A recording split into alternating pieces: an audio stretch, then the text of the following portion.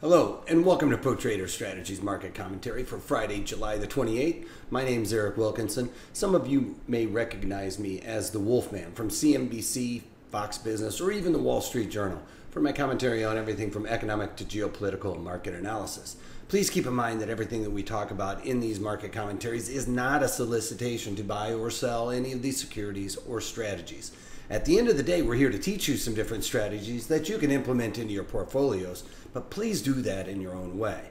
The reason why I can't give you a recommendation on a particular stock or strategy is because I don't know your risk parameters. I don't know what's in your portfolios, and therefore what I'm doing could be counterintuitive to what you are already doing. And please remember the past performance of any trading system or methodology is not necessarily indicative of future results. Having that out of the way, let's get it on. We've got a lot of economic data across the pond and here in the United States. Actually pretty good considering what we saw earlier on in the week. So let's get on with it. Across the pond, French flash GDP came in at 0.5%, in line with what was expected of 0.5%. They did revise last quarter's up from 0.3% to 0.5%. Then we got German preliminary CPI month over month came in at 0.4%, was expected to be 0.2%, so better than expected there. The French preliminary CPI month over month came in at negative 0.3%, but that was better than the expected negative 0.4%. Then here in the we got Spanish flash CPI in line with expectations at 1.5%, and that's year over year CPI. Flash GDP for Spain quarter over quarter in line with expectations at 0.9%. Then here in the United States, we got advanced GDP quarter over quarter, came in at 2.6%, expected to be 2.5%, so a little bit better than expected there. But the big thing that kind of shocked the market was the revision to last quarter's numbers, and they originally came in at 0.7%, and they revised them up to 1.4%, so much better on that front. Advanced GDP prices index here in the United States, a little bit lower than expected at 1.0%, and they revised last month's number down quite a bit, from 2.3 to 1.9. So prices index showing a little bit of deflationary aspect there. And employment cost index came in lower than expected at 0.5%. You'd like to see that go up. That helps drive a little bit of inflation and spending and GDP for that matter. And then University of Michigan consumer sentiment came in at 93.4, expected to be 93.2. So better than expected there. Later on, actually, about a little bit, 30 minutes from now, Kashkari speaking, and he is a Fed member, FOMC member. All right, on to the overall markets. We've got crude oil moving quite a bit higher today, up about 70 cents, and just ripped through after settling above that 38 Fibonacci level that I was talking about yesterday. It just ripped through the 200-day moving average, so really breaking outside of this negative trend line or this channel that I have set up and adjusted as well. So it's moving quite a bit higher today and moving up and outside of that. All right, on to gold futures. Gold futures are moving higher with a little bit of volatility. VIX spiked yesterday. It's up a little bit today as well. Last I checked, after yesterday's crazy moves in the NASDAQ and the E-mini S&Ps, Dow Jones actually kind of benefited from that as people were pulling money out of tech and moving it into the blue chips and names like that. Gold also was doing very well. Then the market really kind of rebounded. Gold fell out, but today people probably are still a little bit shaken up after that big move yesterday. So looking like some gold bugs coming out of the woodwork. Then onto the bonds. They're up about 12 ticks right now.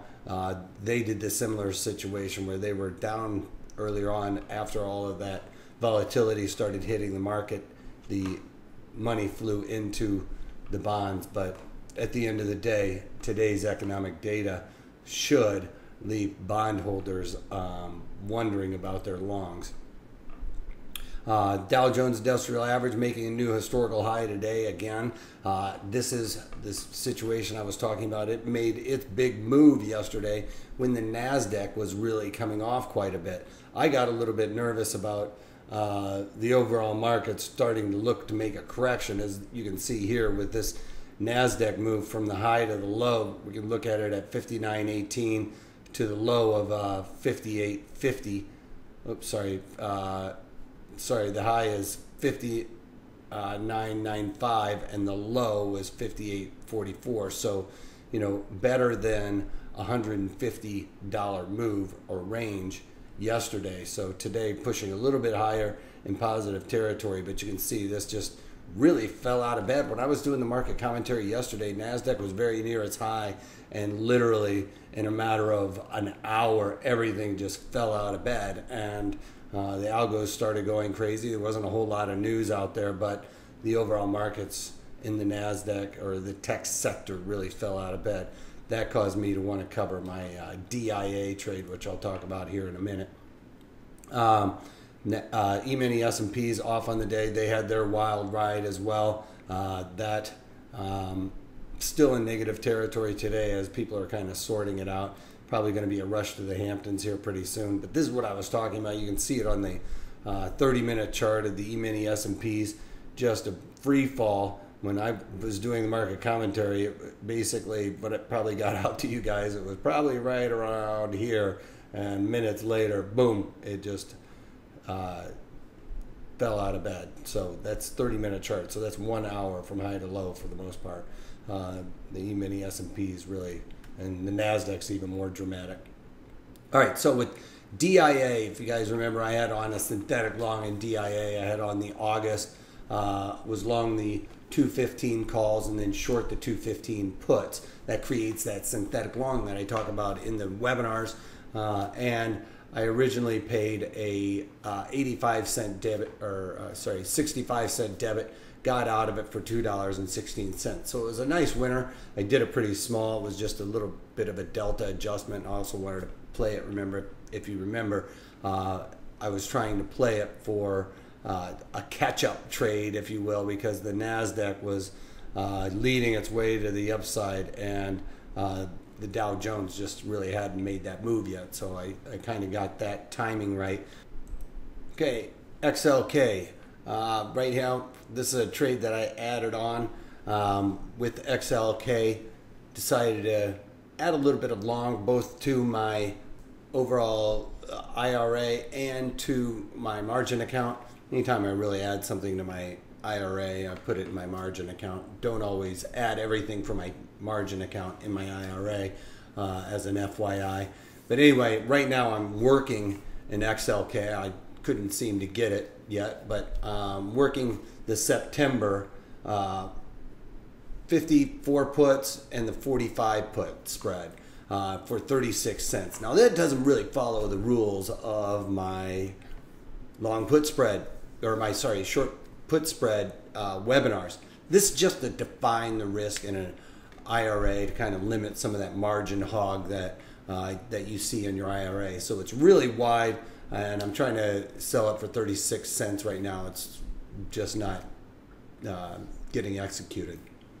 But in my margin account, I was able to sell a couple of things. I went into the August and sold the 56 puts, and in the September, I sold the 54 puts.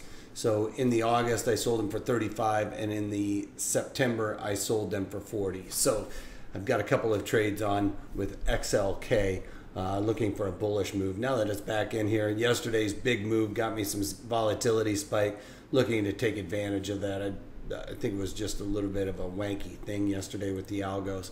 UPS.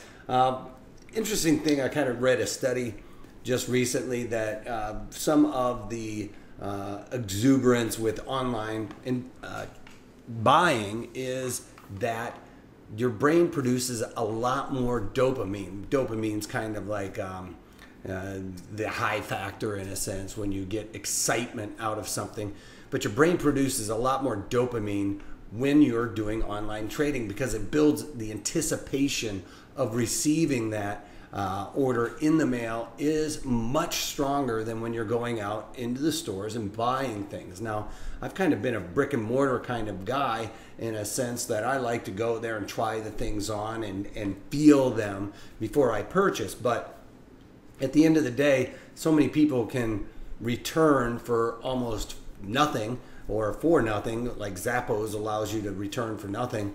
And then those people get to try on all those things in their home, but they are still getting that dopamine fix from buying online. So at the end of the day, that's just great for UPS and FedEx.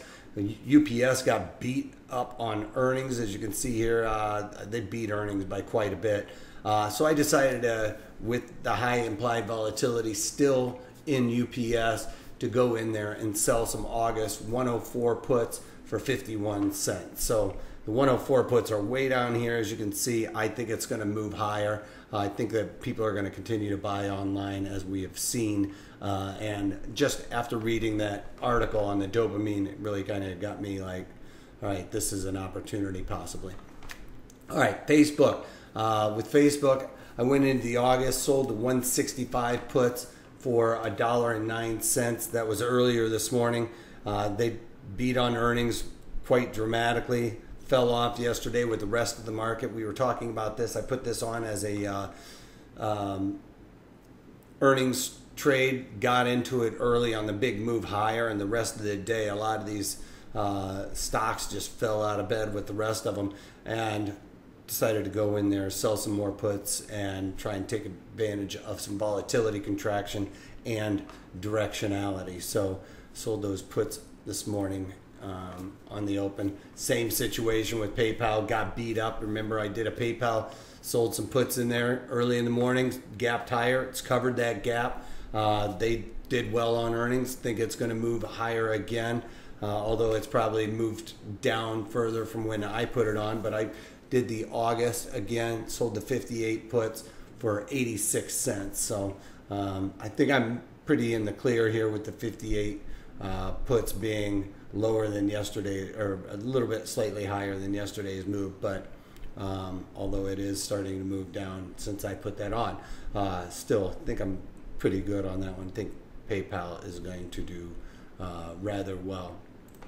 And then that's about it. You know, today we're going to be doing the webinar on the straddle with no downside risk, high implied volatility. We've seen volatility spike in the past couple of days, so that should be a nice setup for some of these other stocks, maybe even Facebook or something like that, where we think it's going to kind of settle down in the area where it's moved to in recent days. So go to ProTraderStrategies.com, sign up for that. It's a really good one. It can be used for anything where you're worried about the downside, but you think it's going to kind of trend sideways. We're going to eliminate that downside risk with this strategy, okay? So if you can't take that, take it easy.